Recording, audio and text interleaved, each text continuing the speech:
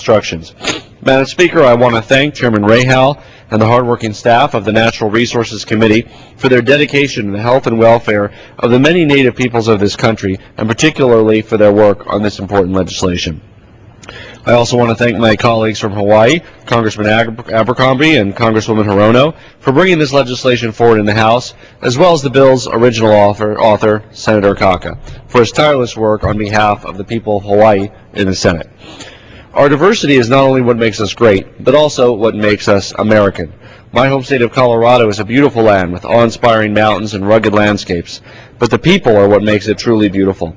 Colorado's rich history and diverse culture is interwoven with the Apache, Arapaho, Cheyenne, Pueblo, Shoshone, and Ute people who helped found our state and continue to play such an important role in our vibrant diversity today. And while Hawaiians celebrate the sun and Coloradans treasure the snow, the same connection between land and people can be found in the unique beauty of Hawaii.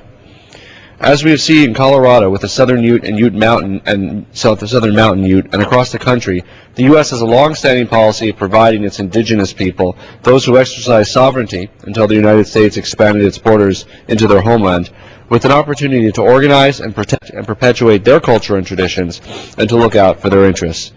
It is only right that all indigenous people should have a right to determine how they should interact with our government. This bill merely brings about parity in U.S. treatment of its indigenous people, American Indians, Alaskan Natives, and Native Hawaiians. H.R. 2314 would establish a Native Hawaiian Interim Governing Council to develop elements of the organic governing documents and other criteria for the Native Hawaiian governing entity. These documents would detail the powers and authorities of the governing entity and would also include membership criteria as well as requirements for the election of government officials. The Secretary of the Interior would be required to certify that the organic documents meet specified criteria and are consistent with applicable federal law in our Constitution. After this certification, the government-to-government relationship with the Native Hawaiians should be reaffirmed. It's also worth mentioning that these were the conditions set forward by the United States and that Hawaii agreed to in statehood.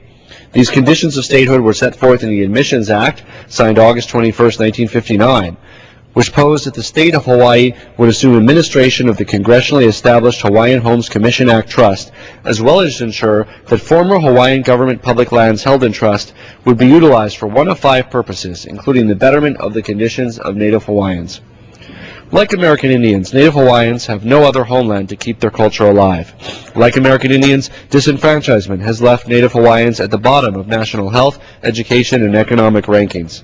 Through all this, however, Native Hawaiians continue to maintain their cultural identity and dignity as a distinct Native community. This bill would reaffirm the federal delegation of authority to the state of Hawaii found in the State's Admissions Act and provide Native Hawaiians with the tools and status needed to preserve their vibrant culture and unique heritage for future generations. Last year, Madam Speaker, Hawaii celebrated the 50th anniversary of its statehood. It is long past time that Congress grants the same opportunity for self-determination to Native Hawaiians. In 2000, the Hawaii Congressional Delegation offered the first Native Hawaiian Government Reorganization Act.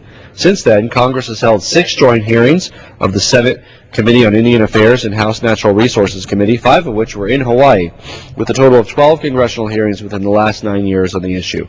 The House has passed this legislation twice in the 106th and 110th Congresses. While the bill has evolved over the years and received input from many stakeholders, it's maintained true to its intent to extend the federal policy of self-governance and self-determination to Native Hawaiians for the purposes of a federally recognized government-to-government relationship. This has received broad support from organizations and people across the ideological spectrum and the state of Hawaii. As a representative of Native Americans who live in Colorado's 2nd Congressional District, I urge my colleagues in Congress to join me in passing this rule to honor and respect not just this generation, but future generations of Native Hawaiians, and to promote the diversity of cultures everywhere that make our country so great. I ask you to end half a century of neglect and provide the Native Hawaiians with the same representation provided to other Native peoples across the country. I reserve the balance of my time.